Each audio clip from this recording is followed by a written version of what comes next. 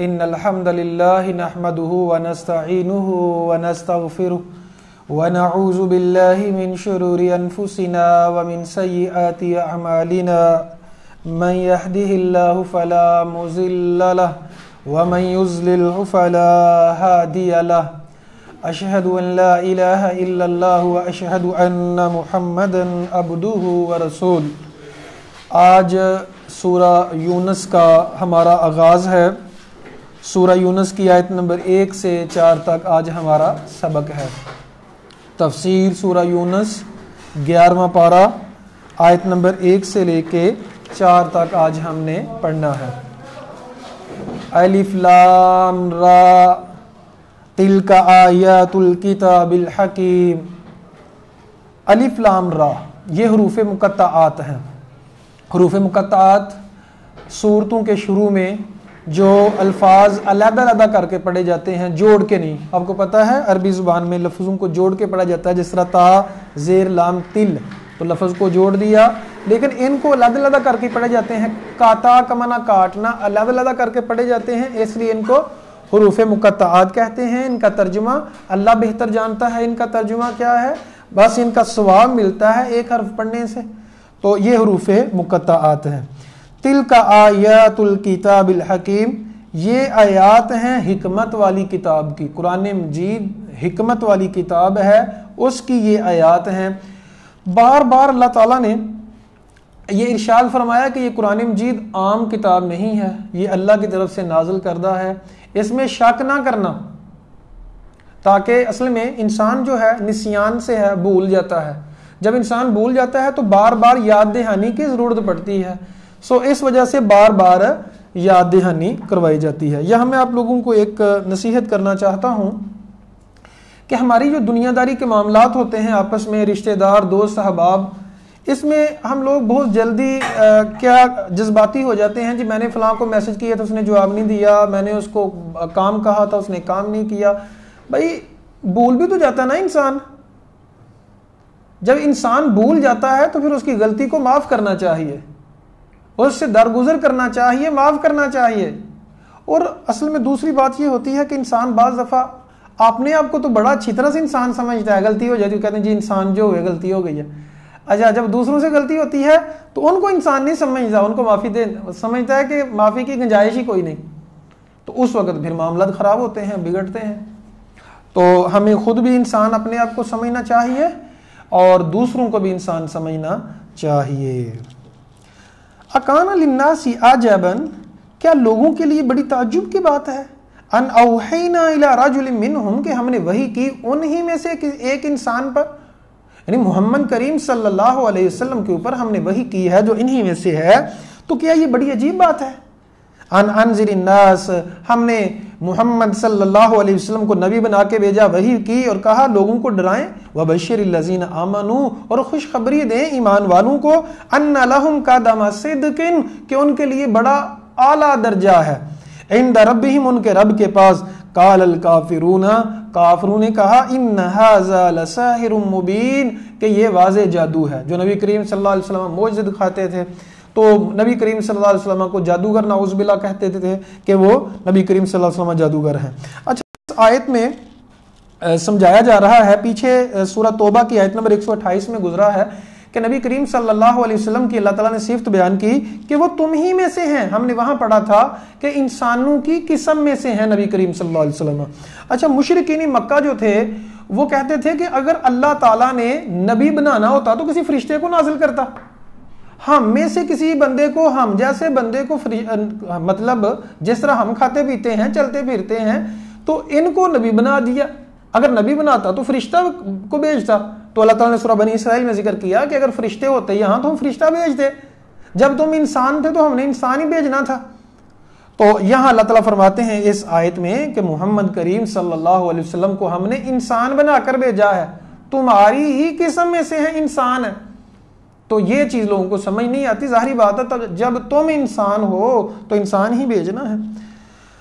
اچھا جب ان کو کوئی جواب نہ آتا تو کافر پھر یہ کہہ دیتے تھے کہ یہ جادوگر ہیں، حالانکہ ان کے خود لوگ بھی سمجھتے تھے کہ جادو اس طرح کا نہیں ہوتا۔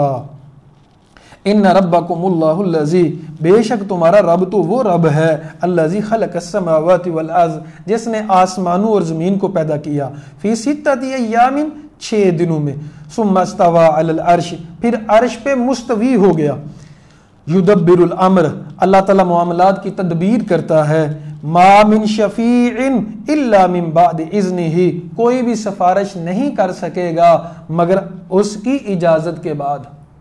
قیامت والے دن بھی سفارش وہی کر سکے گا جس کو اللہ اجازت دیں گے۔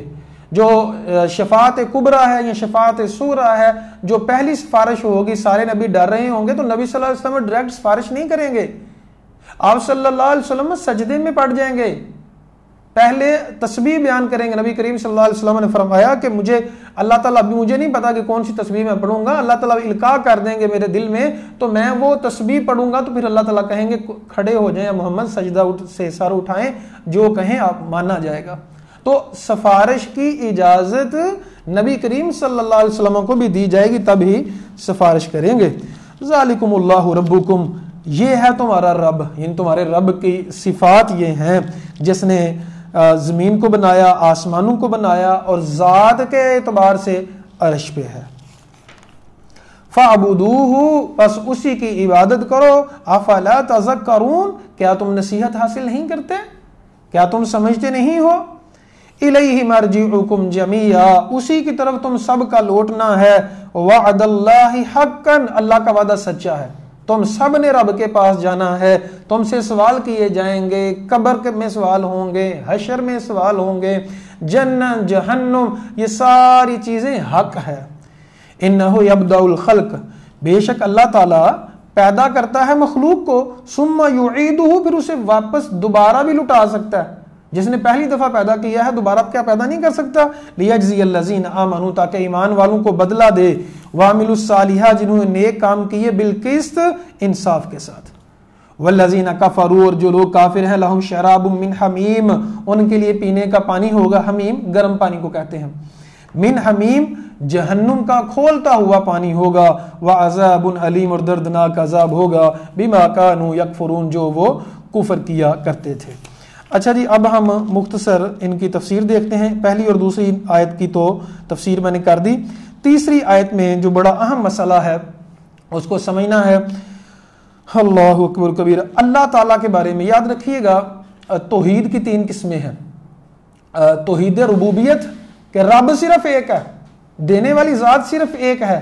توحید الوہیت، الہ، اللہ صرف ایک ہے، ٹھیک ہے جی، مطلب جس کو مانا جائے۔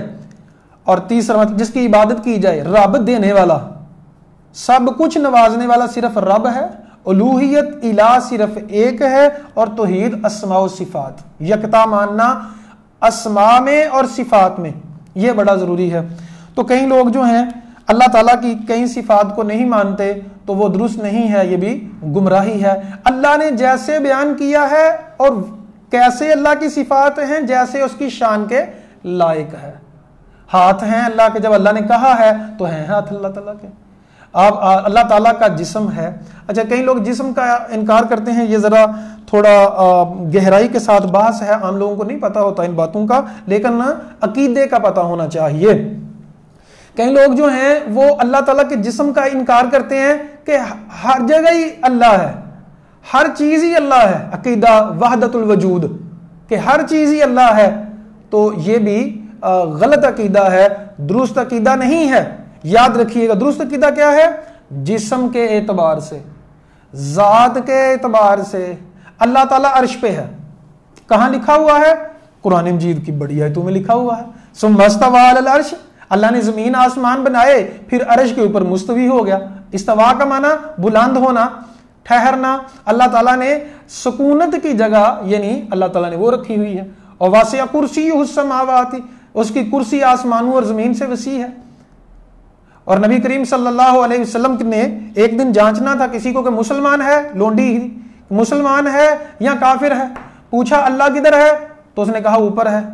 تو یہ تو اسے بھی پتا تھا، تو نبی کریم صلی اللہ علیہ وسلم نے تصدیق کی، واقعی اس کو پتا ہے، سو یہ مسلمان ہے۔ اور بھائی یہ تو کافروں کو بھی پتا ہے کہ اللہ اوپر ہے، بھگوان اوپر ہے۔ تو ذات کے اعتبار سے اللہ تعالیٰ عرش پہ ہے، علم کے اعتبار سے ہر جگہ موجود ہے۔ اس بات کو ذرا سمجھیے گا، کیا ہم اس کمرے میں بیٹھ کے پورے سیالکوٹ کے اوپر نظر رکھ سکتے ہیں ٹیکنالوجی کے ذریعے؟ آپ کو پتا ہے ابھی ہمارے سیالکوٹ میں یہ بھی ماڈل شہر بننے جا رہا ہے، تو ڈی پی او ہاؤس میں انہوں نے ایک کمرہ رکھا ہوا ہے، ایک سسٹم بنایا ہوا ہے، پورے شہر پہ ان کی ڈی پی او کی نظر ہوتی ہے، پورے شہر پہ۔ کینٹ ایریا ہے، اتنا بڑا ایریا ہے، پورے ایریے کو وہ کور کرتے ہیں، کیسے؟ کیمروں کے ذریعے۔ ایک بندہ دیکھ رہا ہے کیمروں کے ساتھ۔ تو اگر ٹیکنالوجی جو اتنی حقیر ہے، ایک انسان کے ہاتھ کی بنائی ہوئی ہے، وہ دیکھ سکتا ہے ایک کمرے میں بیٹھ کے پورے شہر کو، تو اللہ جس نے سب کچھ یہ بنایا ہوا ہے، اللہ نہیں دیکھ سکتا؟ تو اللہ علم کے اعتبار سے، علم اللہ تعالیٰ کا وسیع ہے، ہر چیز کو شامل ہے۔ اللہ کو یہ بھی پتا ہے رات کے اندھیرے میں درخت سے جو پتا گرا ہے اس کا بھی اللہ کو پتا ہے۔ علم اللہ کا پرفیکٹ ہے، انسانوں کا علم پرفیکٹ نہیں ہے۔ علم کے اعتبار سے ہر جگہ موجود ہے، علم اللہ کا ہے، لیکن ذات کے اعتبار سب سے بہترین عقیدہ جو ہے وہ یہی ہے کہ ذات کے اعتبار سے اللہ عرش پہ ہے، علم اللہ تعالیٰ کا تمام اشیاء کو، پوری دنیا کو، پوری کائنات کو شامل ہے۔ لا یخفی علیہ شیء، اللہ سے کوئی چیز بھی مخفی چھپی ہوئی نہیں ہے۔ تو جو دوسری باتیں کرتے ہیں وہ غلط ہے، درست نہیں ہے۔ آخری آیت میں 4 نمبر آیت میں اللہ تعالیٰ نے سائر المسلمین